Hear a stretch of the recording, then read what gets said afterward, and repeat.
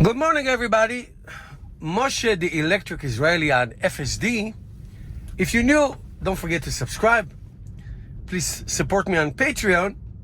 And today, while I'm driving on FSD, I want to follow up on a video I did the other day regarding the firing of almost the entire Tesla Supercharging team.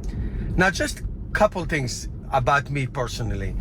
I visited almost, not all, obviously, that's crazy, almost every single Tesla supercharger from Key West, Florida. Let's just see how the car does here. I have somebody who's walking with these two unbelievably cute puppies.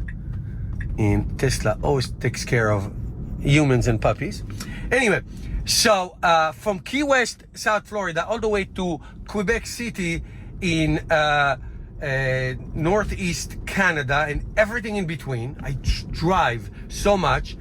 Also from LA to Vancouver. I have a brother who lives there in Vancouver. So I rent Teslas, drive my own Teslas. Also, other places like Washington, D.C. I drove from here to to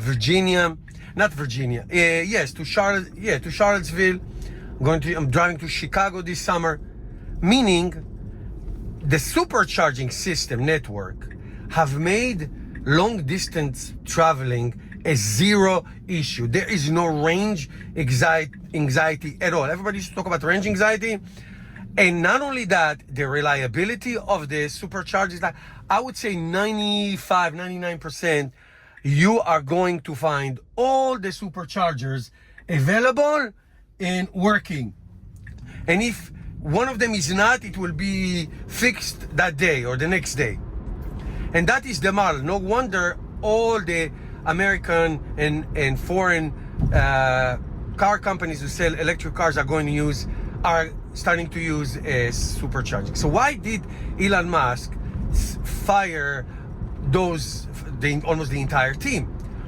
Well, first of all, like I said last time, nobody knows. But what I think it is, at this point, Tesla focusing on efficiency and producing superchargers. Tesla built their superchargers in Buffalo, New York, in the Gigafactory in Buffalo, New York. That's where they make their solar panels, the solar tiles, batteries, everything having to do with that, okay, in New York. And they're going to continue to expand on existing superchargers and continue to build more. This is a quick survey of the map of Tesla superchargers in just United States and Canada, Mexico, what it is. Also, tremendous amount of destination chargers. So point is, and supercharging used to be like a biggest joke. Everybody used to make fun of them.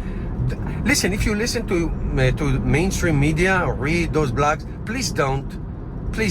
They have nothing important to say. They are so stupid, and they are clickbaits, and they are nothing.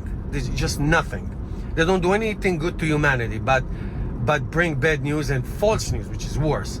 Anyway, so what the first superchargers, in the West Coast and then in the East Coast, you were like 75 kilowatt. Okay, there is a supercharger in Aventura Mall in South Florida. I go there all the time. I have a friend there. I was there a few weeks ago. And it's like there's maybe like 30 or 40 stalls, and it's like it's in a mall. It's in the mall. And it's 75 kilowatt hour. And this is one of the first one, level 1. And it was like the second coming of Jesus. It was so fast. Obviously today it's like, it's not a home charger, but it's very slow. But it's good if you go and you have something to eat, it's fun. Today we get all of the superchargers built today in the United States are 250 kilowatt, and there are 350 level 4 Europe, United States, here and there building. Meaning the technology, unless there's going to be a huge breakthrough anytime soon, the technology is there. So who is the team? The team who's designing them? Well, the design is amazing. The team who is improving them? Well, it is what it is now. I mean, can they go to 450 kilowatt, 500 kilowatt? It's not like a big challenge. So what is it that you need now? to build them. You continue to build them. You continue to expand them. There is a supercharger. It's like one of my nightmare superchargers. It's in Santee, North Carolina. North Carolina or South Carolina? South Carolina. It used to be the only supercharger before you get to Savannah, Georgia, or to Kingsland, Georgia. So you had to cross the entire state, the rest of South Carolina, all the way to the bottom of Georgia to get there. It was like the biggest nightmare, and it has 6 stalls. And one time I had to wait there for an hour on a Christmas, maybe 2018. Yes, no, not maybe. Yes, 2018. And it was a nightmare. It was so scary, and I had to anyway. The point, since then, there's like so many superchargers in between that this issue is non-existing. So you take superchargers like this and you put 6 more stalls or 7 more stalls or 10 more stalls, and you expand them. You continue to expand them to accommodate all the new electric cars of other manufacturers that are going to charge there. That's what you need. So what Elon Musk is doing, and everybody's like, he's taking over, he's becoming a tyrant, taking over. He created Tesla. He created SpaceX. He created the Boring Company. He created the satellite system. Okay, Starlink, and on, bringing internet to remote places. What did you do in the mainstream media besides babbling and talking nonsense? All right. So what I'm saying is sometimes we don't know. We really don't know.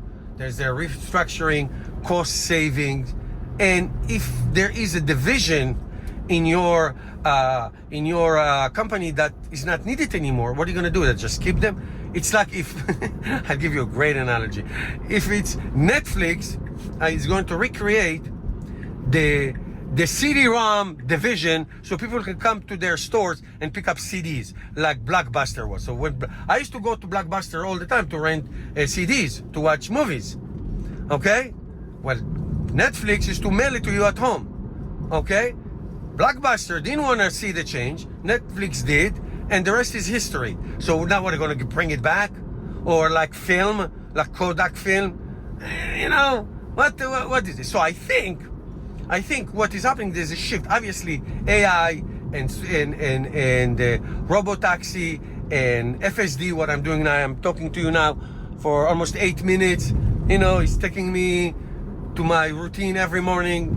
There are 0 interventions. I go drives that 20, 30, an hour, 2 hours, 0 interventions.